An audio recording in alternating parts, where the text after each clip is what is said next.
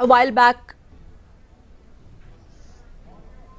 Corona की made in India vaccine और दुनिया के सबसे बड़े टीकाकरण अभियान, इस विषय में अभी विस्तार से हमारी चर्चा हुई। प्रेजेंटेशन में भी काफ़ी चीज़ें डिटेल बताई गई है और हमारे राज्यों के डिस्ट्रिक्ट लेवल के अधिकारियों तक बहुत विस्तार से इसकी चर्चा हुई है और इस दरमियान कुछ राज्यों से अच्छे सुझाव भी मिले हैं। केंद्र और राज्यों के बीच इस संवाद और सहयोग ने कोरोना से लड़ाई में बहुत बड़ी भूमिका निभाई है। एक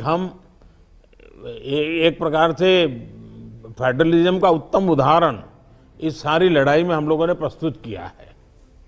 साथियों, आज हमारे देश के पूर्व प्रधानमंत्री स्वर्गीय लाल बहादुर शास्त्री जी की पुण्यतिथि भी है। मैं उन्हें अपनी भावभीनी श्रद्धांजलि अर्पित करता हूं। 1965 में शास्त्री जी ने एडमिनिस्ट्रेटिव सर्विस की एक कॉन्फ्रेंस में एक महत्वपूर्ण बात कही थी, जिसका जिक्र मैं यहां आपके सामने करना चाहता हूं।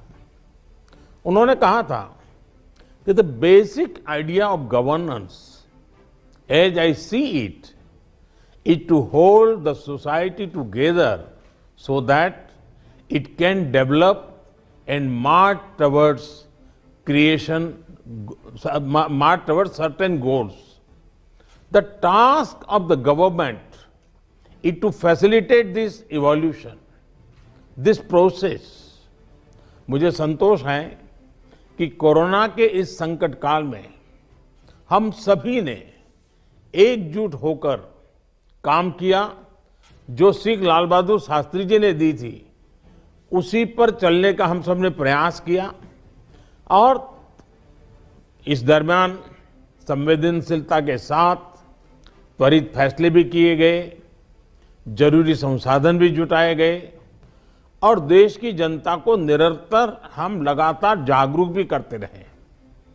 और आज इसी का परिणाम है कि भारत में कोरोना का संक्रमण वैसा नहीं है और न ही वैसा फैला है जैसा दुनिया के अन्य देशों में हमने देखा है। जितनी घबराहट और चिंता 7-8 महीने पहले देशवासियों में थी, अब लोग उससे बाहर निकल चुके हैं। ये अच्छी स्थिति है, लेकिन केयरलेस न हो जाए, ये भी हमें चिंता करनी है। देशवासियों में बढ़ते विश्वास का प्रभाव आर्थिक गतिविधियों पर भी सकारात्मक रूप से दिखाई दे रहा है। मैं आपके राज्य प्रशासन की भी दिन रात जुटे रहने के लिए प्रशंसा करता हूं। साथियों, अब हमारा देश कोरोना के खिलाफ लड़ाई में एक निर्णायक चरण में प्रवेश कर रहा है। ये चरण है वैक्सीनेशन का। जैसे यहां जिक्र हुआ, 16 जनवरी से हम दुनिया का सबसे बड़ा टीकाकरण अभियान शुरू कर रहे हैं। ये हम सभी के लिए गौरव की बात है कि जिन 2 वैक्सीन को इमरजेंसी यूज ऑथराइजेशन दिया गया है, वो दोनों ही मेड इन इंडिया है। इतना ही नहीं, 4 और वैक्सीन प्रोग्रेस में है। और ये जो मैं करीब 60-70% काम पहले राउंड का होने के बाद बैठने की चर्चा इसलिए करता हूं कि उसके बाद और वैक्सीन भी आ जाएगी और जब और वैक्सीन आ जाएगी तो हमें फ्यूचर का प्लान करने में वो भी एक बहुत बड़ी सुविधा रहेगी। और इसलिए सेकंड पार्ट इसका जो है, जो हम 50 से ऊपर वालों के लिए जाने वाले हैं, तब तक शायद हमारे पास और भी कुछ वैक्सीन आने की संभावनाएं हैं।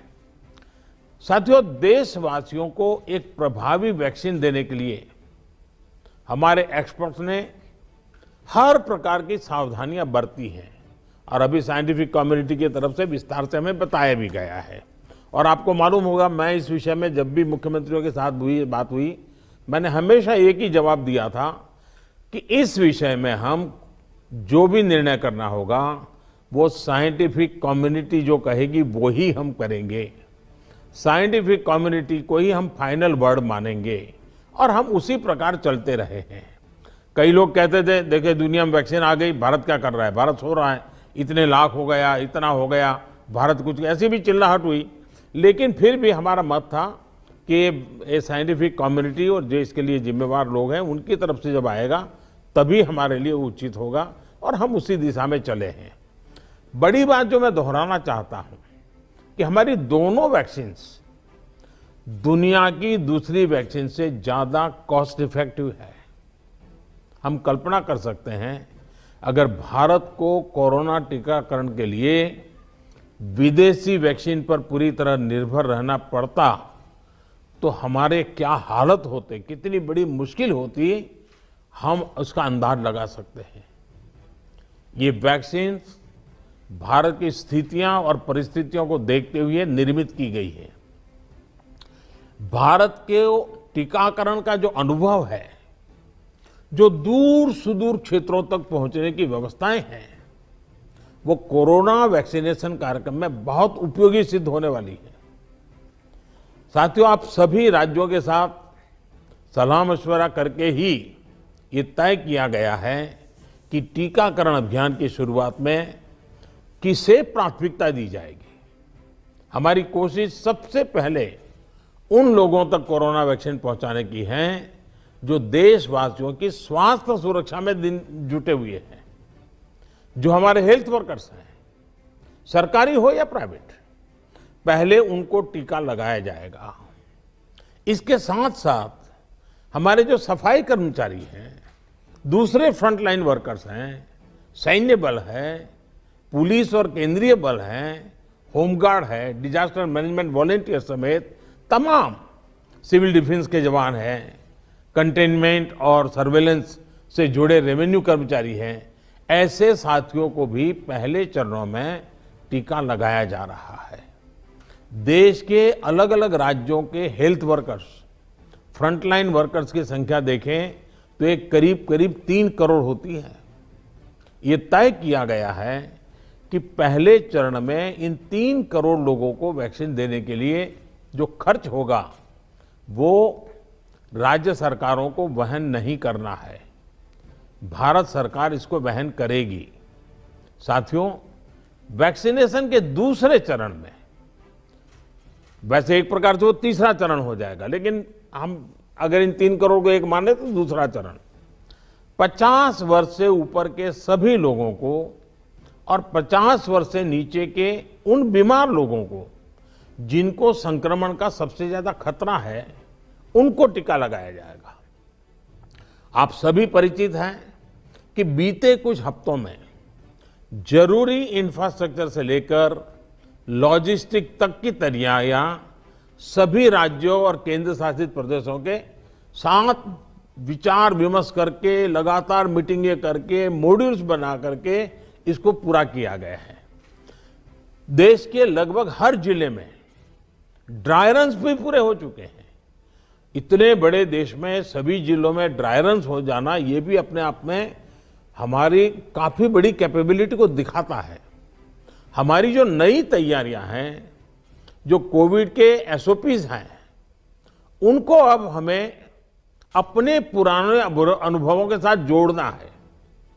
भारत में पहले से ही अनेक यूनिवर्सल इम्यूनाइजेशन प्रोग्राम ऑलरेडी चल रहे हैं, हमारे लोग बड़ी सफलतापूर्वक कर भी रहे हैं। मिशन रूबेला जैसी बीमारियों के खिलाफ भी व्यापक कैंपेन हम लोग चला चुके हैं। दुनिया के सबसे बड़े चुनाव और देश के कोने कोने तक पहुंचकर मतदान की सुविधा देने का भी हमारे पास एक बहुत ही अच्छा अनुभव है।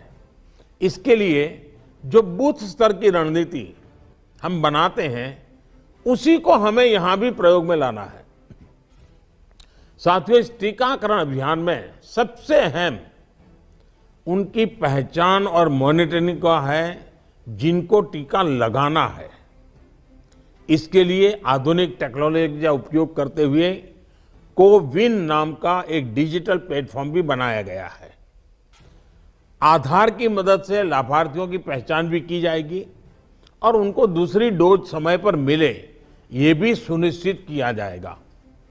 मेरा आप सभी से विशेष आग्रह रहेगा कि टीकाकरण से जुड़ा रियल टाइम डेटा कोविन पर अपलोड हो, ये सुनिश्चित करना है।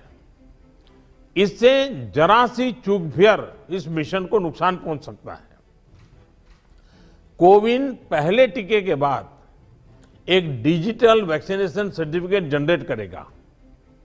लाभार्थी को यह सर्टिफिकेट टीका लगाने के बाद डिजिटली तुरंत देना जरूरी है, ताकि उसे सर्टिफिकेट लेने के लिए फिर ना आना पड़े। किसको टीका लग चुका है ये तो इस सर्टिफिकेट से पता चलेगा ही, साथ ही दूसरी डोज उसको कब लगेगी इसके रिमाइंडर के रूप में भी ये काम करेगा। दूसरी डोज के बाद फाइनल सर्टिफिकेट दिया जाएगा। साथियों, भारत जो करने वाला है उसे दुनिया के अनेक देश फिर फॉलो करेंगे, इसलिए हमारी जिम्मेदारी बहुत ज्यादा है। एक और अहम तथ्य है जिसका हमें ध्यान रखना है। दुनिया के 50 देशों में 3-4 सप्ताह से वैक्सीनेशन का काम चल रहा है। करीब करीब 1 महीना हुआ, लेकिन अब भी करीब करीब 2.5 करोड़ लोग ही वैक्सीन हो पाई है पूरी दुनिया में। उनकी अपनी तैयारियां हैं, उनका अपना अनुभव है, उनका सामर्थ्य है, वो अपने तरीके से कर रहे हैं। लेकिन अब भारत में हमें अगले कुछ महीनों में ही लगभग 30 करोड़ आबादी के टीकाकरण का लक्ष्य हासिल करना है। इस चुनौती का पूर्वानुमान लगाते हुए ही बीते महीनों में भारत ने बहुत व्यापक तैयारियां की हैं। कोरोना की वैक्सीन से अगर किसी को कुछ असहजता होती है तो उसके लिए भी जरूरी प्रबंध किए गए हैं। यूनिवर्सल इम्यूनाइजेशन प्रोग्राम में पहले से ही इसके लिए एक मैकेनिज्म हमारे पास रहता है। कोरोना टीकाकरण के लिए इसको और मजबूत किया गया है। साथियों, वैक्सीन और टीकाकरण की इन बातों के बीच हमें ये भी याद रखना है कि कोविड से जुड़े जो प्रोटोकॉल हम फॉलो करते आ रहे हैं उनको इस पूरी प्रक्रिया के दरमियान भी बनाए रखना है। थोड़ा सा भी लूजनेस नुकसान कर सकता है। और यही नहीं, जिनको टीका लगाया जा रहा है वो भी संक्रमण को रोकने के लिए जो सावधानियां हम लेते रहे हैं उनको फॉलो करते रहे। ये सुनिश्चित करना ही होगा। एक और बात जिस पर हमें बहुत गंभीरता से काम करना है, हर राज्य, हर केंद्र शासित प्रदेश को ये सुनिश्चित करना होगा कि अफवाहों पर, वैक्सीन से जुड़े अपप्रचार को कोई हवा न मिले। इफ्स और बट्स से बात नहीं होनी चाहिए। देश और दुनिया के अनेक सारथी तत्व हमारे इस अभियान में रुकावट डालने की कोशिश कर सकते हैं। कॉरपोरेट कंपटीशन भी इसमें आ सकती है, कंट्री का प्राइड के नाम से भी आ सकता है, बहुत सी चीजें हो सकती हैं। ऐसी हर कोशिश को देश के हर नागरिक तक सही जानकारी पहुंचाकर हमें नाकाम करना है। इसके लिए हमें धार्मिक और सामाजिक संस्थाओं, NYK हो, NSS हो, सेल्फ हेल्प ग्रुप्स हो, प्रोफेशनल बॉडीज हो, रोटरी, लायंस क्लब जैसे संस्थाएं हो, रेड क्रॉस जैसी संस्थाएं हो, इन सबको हमने साथ जोड़ना है। जो हमारी रूटीन स्वास्थ्य सेवा हैं, जो दूसरे टीकाकरण अभियान, वो भी ठीक से चलते रहें, इसका भी हमने ध्यान रखना है। क्योंकि हमें मालूम है कि हम 16 को शुरू कर रहे हैं, लेकिन हमारी 17 को एक रूटीन वैक्सीन का भी डेट है। तो इसलिए हमारा जो रूटीन वैक्सीन का काम चलता है वो भी कहीं डैमेज नहीं होना चाहिए। आखिरी में एक और गंभीर विषय के बारे में आपसे जरूर बात करना चाहता हूं। देश के 9 राज्यों में बर्ड फ्लू की पुष्टि हुई है। ये राज्य हैं केरला, राजस्थान, हिमाचल प्रदेश, गुजरात, हरियाणा, उत्तर प्रदेश, मध्य प्रदेश, दिल्ली और महाराष्ट्र। बर्ड फ्लू से निपटने के लिए पशुपालन मंत्रालय द्वारा कार्य योजना बनाई गई है, जिसका तत्परता से पालन आवश्यक है। इसमें डिस्ट्रिक्ट मजिस्ट्रेट की भी बड़ी भूमिका है। मेरा आग्रह है कि प्रभावित राज्यों के मुख्यमंत्री साथी भी मुख्य सचिवों के माध्यम से सभी डिस्ट्रिक्ट मजिस्ट्रेट का मार्गदर्शन करें। जिन राज्यों में अभी बर्ड फ्लू नहीं पहुंचा है, वहां की राज्य सरकारों को भी पूरी तरह सतर्क रहना होगा।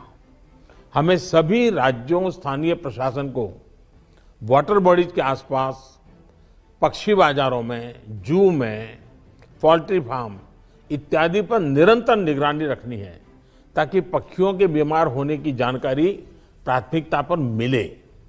बर्ड फ्लू की जांच के लिए जो लेबोरेटरीज हैं, वहां समय पर सैंपल भेजने सही स्थिति का जल्दी पता लगेगा और स्थानीय प्रशासन भी उतनी ही तेजी से कार्रवाई कर पाएगा।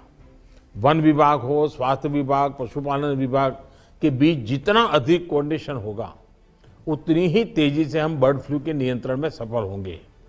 बर्ड फ्लू को लेकर लोगों में अफवाहें न फैलें, इसे भी हमें देखना होगा। मुझे पूरा विश्वास है कि हमारे एकजुट प्रयास हर चुनौती से देश को बाहर निकालेगा। मैं फिर एक बार आप सबका बहुत आभारी हूं और 60% काम होने के बाद हम दोबारा एक बार बैठ करके रिव्यू करेंगे। उस समय जरा विस्तार से भी बात करेंगे और तब तक कुछ नई वैक्सीन आ जाए तो उसको भी हम संज्ञान में लेकर के आगे की अपनी रणनीति बनाएंगे। बहुत बहुत धन्यवाद आप सबका।